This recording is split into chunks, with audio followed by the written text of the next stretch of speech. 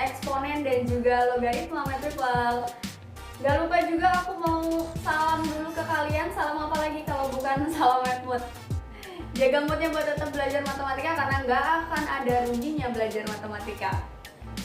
Hari ini kita akan melanjutkan pembahasan terkait eksponen dan logaritma. Kemarin kita udah bahas tentang pangkat positif, pangkat negatif. Habis itu kita bahas juga pangkat pecahan sedikit ya. Setelah itu kita juga harus memahami hubungan antara akar dan juga perpangkatan sebenarnya, my people.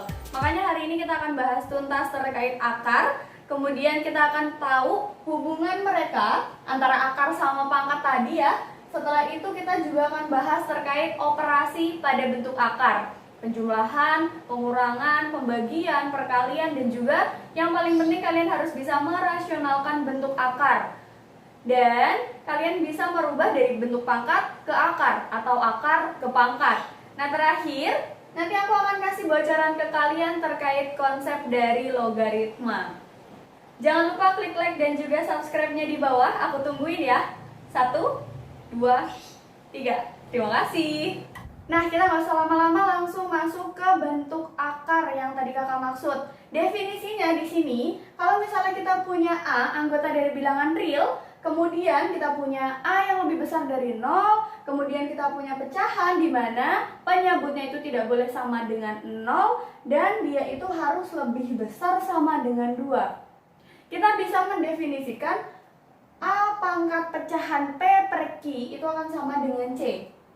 Jadi, kita nanti bisa dapetin definisi dari bentuk akar yang kita maksudkan tadi, my people.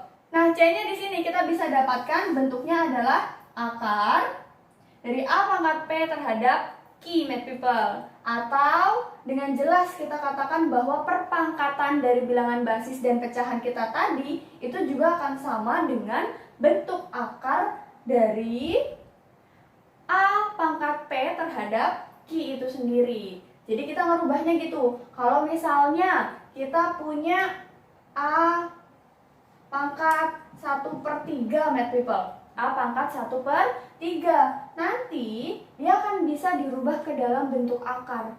Jadi gimana? Jadi akar A-nya ditulis dulu. Lihat, yang di dalam siapa? Yang di dalam adalah pembilang atau P-nya. Berarti sini 1 toh? Habis itu nanti yang jadi Q-nya itu adalah si 3, taruh di depan. Kebayang ya sedikit gambarannya ya? Nah, people, modal dasar yang harus kita pahami untuk belajar tentang akar atau bentuk akar ini lebih lanjut itu adalah pengetahuan kita terkait bilangan rasional dan juga irasional, my people. Kalian udah pernah dengar belum? Bilangan rasional itu apa? Kemudian bilangan irasional itu kayak gimana? Aku kasih gambaran sedikit ya. Jadi, kalau misalnya kita mau bahas tentang akar, tidak semua bentuk akar itu menghasilkan bilangan bulat atau desimal. Nah, contohnya itu kayak akar 2. Kalau kalian cari di kalkulator, itu tuh hasilnya akan jadi 1,4142 dan seterusnya, banyak banget angkanya.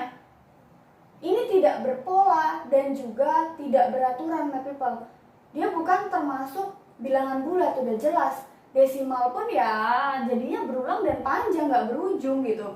Inilah yang disebut dengan bilangan irasional. Irasional. Bilangan irasional sendiri itu sebenarnya masih merupakan anggota dari bilangan real. Kebalikan dari bilangan rasional. Nah kak, kalau bilangan rasional sendiri itu apa? Bilangan rasional itu yang sering kita kenal. Si bilangan rasional ini merupakan bilangan yang bisa dibentuk dalam A per B, di mana A dan B-nya itu merupakan anggota dari bilangan bulat. Paham ya?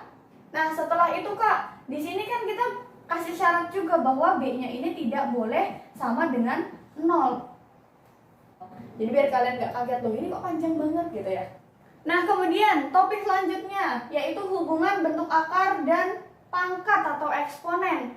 Seperti yang udah kakak jelasin sebelumnya, di video kakak yang sebelumnya, kita juga bahas tentang eksponen atau perpangkatan dalam bentuk pecahan. Nah, untuk tahu hubungan antara akar dan juga pangkat, kita itu harus banget paham dulu tentang perpangkatan bentuk pecahan yang kemarin kakak jelasin.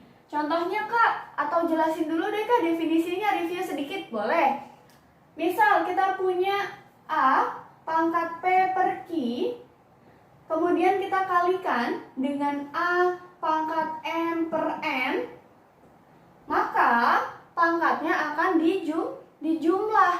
Jadi apa nih? Jadi A pangkat P per Q ditambah dengan M per N. Selesaikan dulu yang ada di dalam kurung atau pangkatnya, setelah itu baru digabungkan dengan bilangan basisnya. Terus hubungannya ini apa nih? Ya, kalian sudah tahu bahwa bentuk akar itu akan bisa dirubah ke dalam bentuk pangkat pecahan. Penyelesaian dari pangkat pecahan ini nanti harus sesuai dengan kaidah atau aturan dari si eksponen pangkat pecahan kemarin. Boleh nggak kakak kasih satu contoh biar kita lebih paham? Kakak punya akar P. Gimana cara ngerubah akar P ini jadi eksponen yang pangkatnya pecahan tadi? P-nya tetap di sini, jadi bilangan basis atau bilangan pokoknya. Kemudian kak, akarnya. Di sini kan akarnya dia nggak ada angkanya nih kak, nggak ada eksponennya. Terus kita tahu dia itu berapa? Lihat, P-nya di sini pangkat berapa math people kalau nggak ada angkanya? 1, udah jelas dong, semuanya juga udah tahu ya. Kemudian akarnya ini kalau misalnya dia nggak ada bilangan eksponennya, otomatis dia itu adalah 2. Nah, jadi kalau ada akar P itu otomatis akan jadi P pangkat setengah math people. Diingat-ingat ya, itu udah wajib harus tahu ya. Berarti kalau dirubah ke pecahan berapa? Lihat dulu P-nya yang di dalam ini dia pangkat berapa? Pangkatnya 1 kan? Berarti P pangkat 1 per, lihat, yang tadi nggak ada bilangan eksponennya, sekarang ada bilangan eksponennya berapa? 3, taruh di sini. Paham? Setelah itu kak, coba dibalik deh kak soalnya. Boleh. Misalnya kita punya N 2/3, N pangkat 2/3, mau dirubah ke bentuk akar. Lihat dulu math people. Tulis aja dulu akarnya, N-nya juga ditulis, tinggal 2 sama 3-nya jangan kebalik. Ya, penyebutnya taruh di luar, pembilangnya taruh di dalam. Paham ya math people ya? Semoga membantu kalian untuk cepat memahami tentang akar math people. Lanjut aja, kita langsung bahas tentang operasi dari bentuk akar itu sendiri math people. Di sini aku udah punya penjumlahan dan juga pengurangan bentuk akar. Sebenarnya sama aja math people. Konsepnya adalah kalian harus menganggap bahwa akar dalam penjumlahan ataupun pengurangan kalian ini sebagai sebuah variabel. Contoh, kita akan dapatkan P, kemudian ditambah sama Q atau dikurang dengan Q, di mana variabel ini, variabel dalam akar apapun itu, kalian anggap aja itu jadi X. Ini jadi X. Ya kalian tinggal jumlahkan kan, P sama Q-nya atau kurangkan sesuai soalnya, habis itu kalian tambahin lagi variabel X-nya kalian di belakang. Seperti penjumlahan atau pengurangan pada aljabar. Kalau kalian masih bingung tentang materi aljabar atau udah mulai lupa, cek video aku, di sini udah aku jelasin detail tentang aljabar materi SMP kelas 7 loh. Ya, kalian harus paham itu dulu. Contoh kak, boleh. Misalnya kita punya 2 akar 5 ditambah dengan 3 akar 5. Ingat, kalau penjumlahan aljabar itu harus satu suku. Berarti penjumlahan kita dalam akar itu, yang di dalam akar juga harus satu suku. Kayak gini soalnya berarti kan sukunya siapa? Si akar 5 ini kan? Tinggal kita jumlahkan yang depan jadi 2 ditambah 3. Variabelnya kita akar 5. Berarti berapa? 5 akar 5. Kita lanjut ke perkalian dan juga pembagian dari bentuk akar. Kalau misalnya kalian mau mengalihkan bentuk akar, kalian itu tidak diharuskan punya variabel yang sama. Jadi di dalam akar ini kalian berapapun boleh, bebas. Asal bilangan eksponennya sama. Bilangan eksponen tuh yang mana? Ini loh, yang kecil, yang N ini loh. Nah, kalau misalnya yang sebelumnya nih, yang pertama, kalian itu nggak ada angkanya, berarti kan cuma akar 2 aja kan tadi kan? Yang ini juga harus akar 2. Kalau di sini bilangan eksponennya 3, di sini juga harus 3. Tapi yang di dalam kurung ini bisa bebas. Ingat tadi kita misalkan yang ada akarnya itu jadi sebuah variabel kan? Anggaplah ini karena di dalamnya C kita anggap variabel X. Yang ini kita anggap X. Habis itu yang ini kita anggap variabel Y. Kita tinggal kalikan, si AB-nya dikalikan. Kemudian yang di dalam kurung Math People, karena N-nya ini tadi wajib sama, maka C sama D-nya bisa dikalikan di dalam kurung itu. Paham ya? Terus kalau pembagian Kak, pembagian sama aja. Jadi kalian tidak diharuskan punya tadi bilangan basisnya atau variabelnya tuh sama. Yang ini X, ini Y boleh. Jadinya nanti A dibagi B sendiri ini di depan. Kemudian si CD-nya itu ada di dalam akar. Jadi kalian akan punya variabel baru. Kayak kalikan X sama Y, jadinya kan variabel XY gitu loh. Nah, aku harap sih kalian bisa dengan gampang memahami materi perkalian dan juga pembagian bentuk akar ini. Intinya adalah kalian misalkan ini jadi variabel, ini jadi variabel. Habis itu kalian kalikan. Yang nggak ada akarnya, kalian kalikan. Kemudian yang di dalam akar juga kalian kalikan, akan jadi nominal baru gitu. Contoh deh Kak, misal kita punya 2 akar 3. Kemudian kita kalikan dengan 3 akar 5 Kak. Ingat di sini dia nggak punya N kan, berarti ini sama-sama bilangan eksponennya itu 2. Ya, berarti tinggal kita kalikan aja. 2-nya dikalikan dengan 3, jadi berapa? 6. Kemudian akar dari 3-nya dikalikan sama 5. Berapa? 15. Seperti itu. Kalau pembagian Kak, ya udah sama aja. Kalau misalnya kalian punya akarnya sama ya, 2 akar 3 yang tadi dibagi dengan 3 akar 5. Lihat, variabelnya beda, boleh. Habis itu hasilnya ya tinggal kalian bagikan 2/3 diakarkan dengan 3/5. Jadi variabel baru. Gampang ya masih ya? Nah, kita masuk ke topik selanjutnya. Untuk anak-anak SMP itu seharusnya sudah dapat materi untuk merasionalkan penyebut bentuk akar.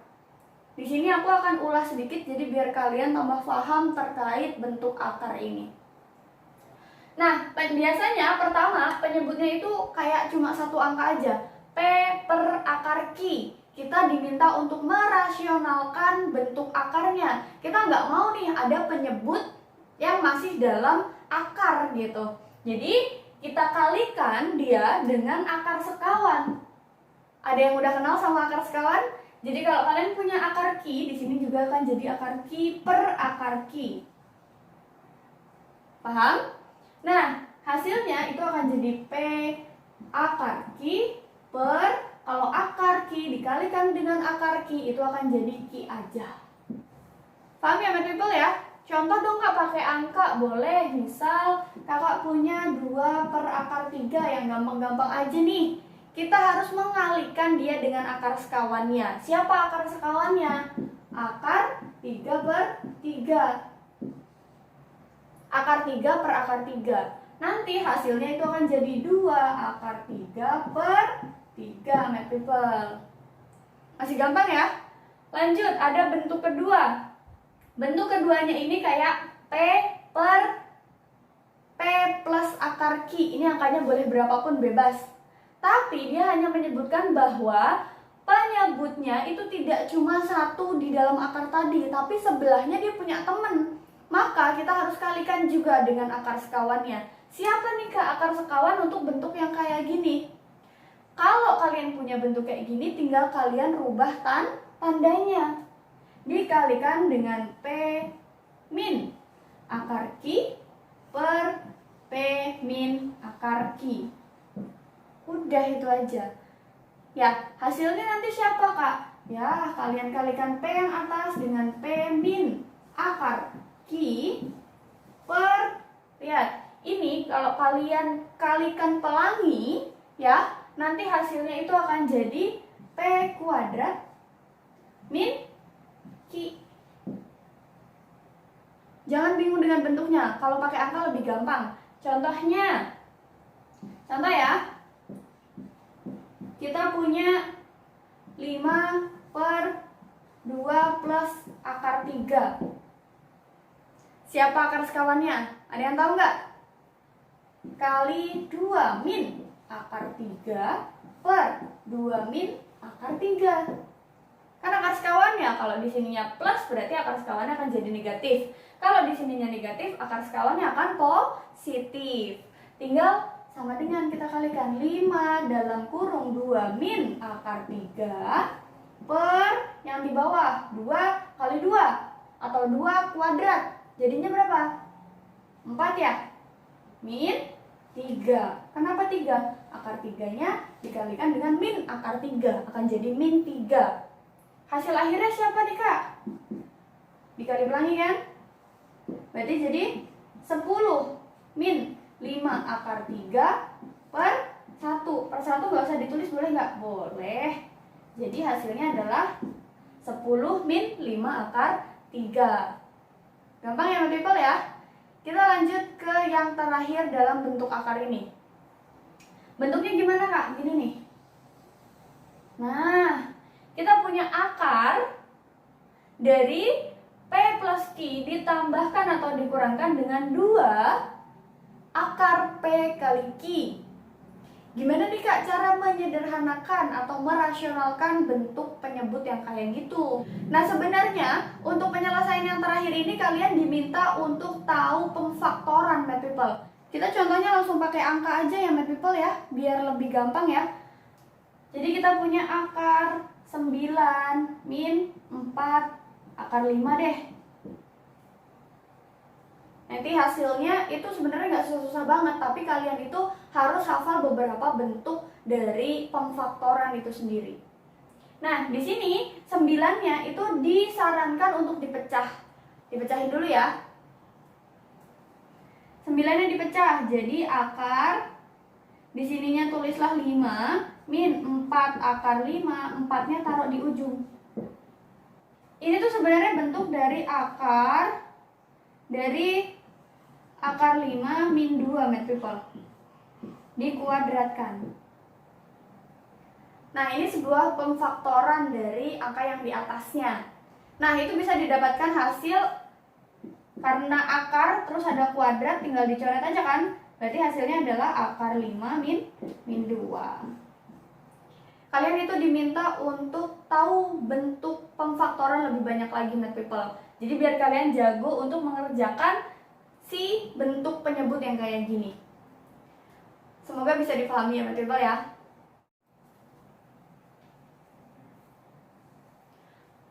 Oke my people, kita masuk ke topik terakhir dari video kali ini, yaitu tentang logaritma. Di sini aku akan menjelaskan sedikit aja logaritma itu sendiri ya. Jadi logaritma itu dulunya dipakai sama Alexander Graham Bell untuk menghitung skala bunyi. Karena bunyi yang diterima oleh telinga manusia itu dengan rentang yang sangat besar, maka akan sangat sulit kalau misalnya kita itu menghitung pakai 0 terus manual gitu ya. Makanya si Alexander Graham Bell itu menggunakan konsep logaritma untuk menentukan skalanya. Nah, kemudian konsep logaritma ini menjadi sangat penting karena dia itu bisa loh buat nyari hasil dari tabungan kita selama sekian tahun gitu misal. Ini aku contohin ya, ini contoh aja, pengerjaannya kita bahas di topik selanjutnya. Contoh, Yusuf itu dia senang nabung nih my people. Nah, sejauh ini dia itu bisa menghasilkan atau mengumpulkan uang sebesar 1 juta rupiah. Nah, dia pikir dia akan lebih aman uangnya kalau disimpan di bank. Akhirnya dia itu menyimpan di bank dengan bunga 10%. Nah, dia nanya nih, sampai berapa lama sih aku harus nabung kalau misalnya aku pengen uang aku itu jadi 1.464.100 rupiah. Ya, ini bisa diselesaikan dengan konsep logaritma. Jadi, ingat nggak ada ruginya buat belajar matematika ya people ya?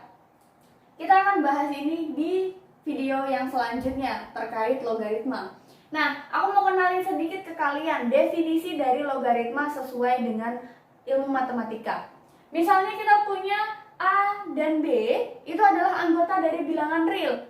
Syaratnya A-nya harus lebih besar dari 0, terus abis itu nggak boleh sama dengan 1, dan B-nya juga harus lebih besar dari 0. Nah, di sini dia bilang juga punya C itu sebagai bilangan rasional.